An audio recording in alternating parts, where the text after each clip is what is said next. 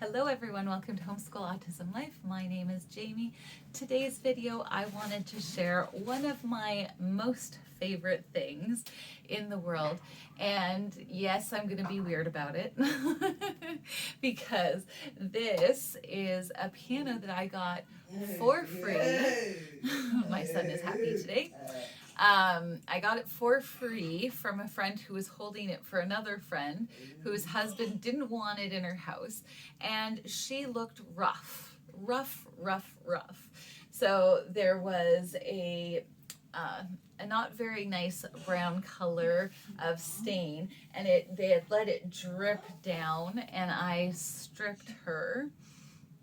And I'm personifying my piano for a reason I will explain in a minute. But I stripped her and then gave her a new dark finish.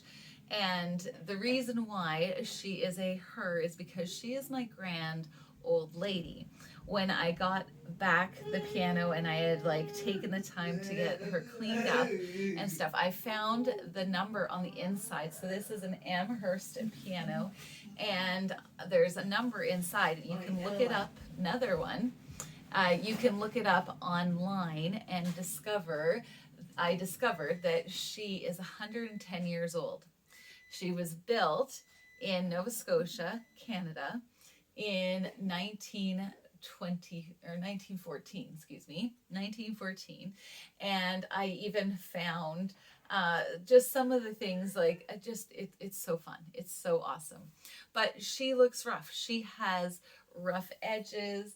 She used to be, what are you supposed to give me? This cherry wood color. I don't know if that's coming across on camera, but like I said, when I got her, she was very, very, very rough looking, and so I don't prefer cherry wood, but I prefer this darker stain. And she's also been missing some teeth.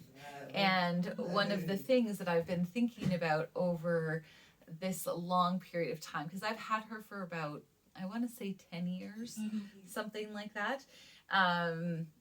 She's like, all of it is just one of those things where I've lovingly restored her, but I've been trying to figure out what am I going to do with these keys. And one of the great things is that I look at it and go, there's so much life that has been lived by this piano, and I use it kind of as an illustration. It's an illustration of what life can hand you. So this piano was built at the start of the First World War. She heard conversations about the Second World War. There were things happening around her where she was being discarded or moved from Nova Scotia all the way to Alberta, and then was put in several different homes. And so many things has happened before she got to me. And no, she doesn't have a name because I don't do that, but I probably should. But it's one of those things that I look at as far as our lives go as well. And I go, I could leave her and just allow her to have the missing teeth, and she's earned it. She's earned all of her battle scars and all of the things that have happened to her.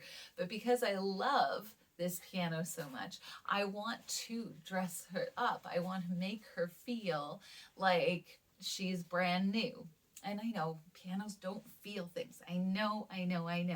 But in life, there's so many things that can be seen as hardships. And whether it's struggling in homeschool, whether it's struggling with autism, whether it's struggling as an autism parent, and there's the minions. No matter what you're struggling with, there are things that can feel heavy, and yet this piano endures, and we can endure if we take time to take care of ourselves, if we take time to dress up sometimes.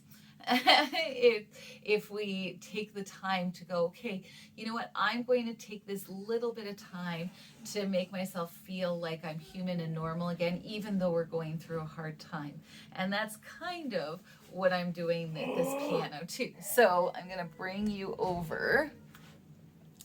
So my current thing that I'm going to be doing is I'm giving her a new keys. New keys. And I've just done this one thus far. I have a whole bunch to do all the way down to this last key here.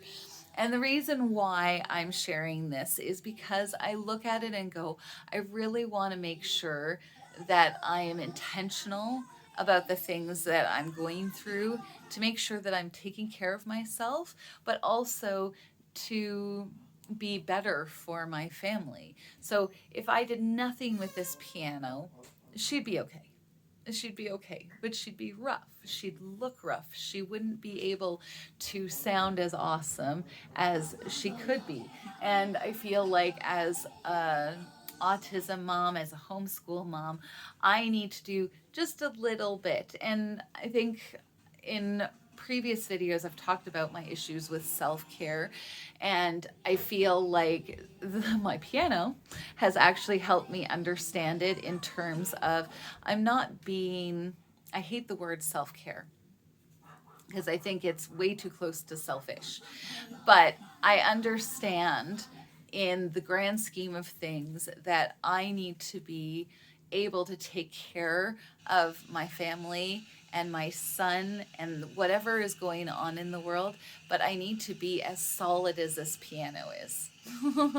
I need to be able to dress up a little bit just so that I feel normal and able to adapt and change to an ever-changing world and a situation that can seem overwhelming sometimes.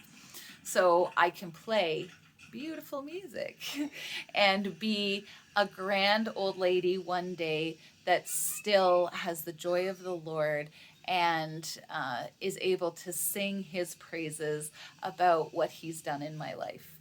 So I know that this is kind of all over there as far as the analogy or metaphor goes, but I think it still stands. I think it's still important.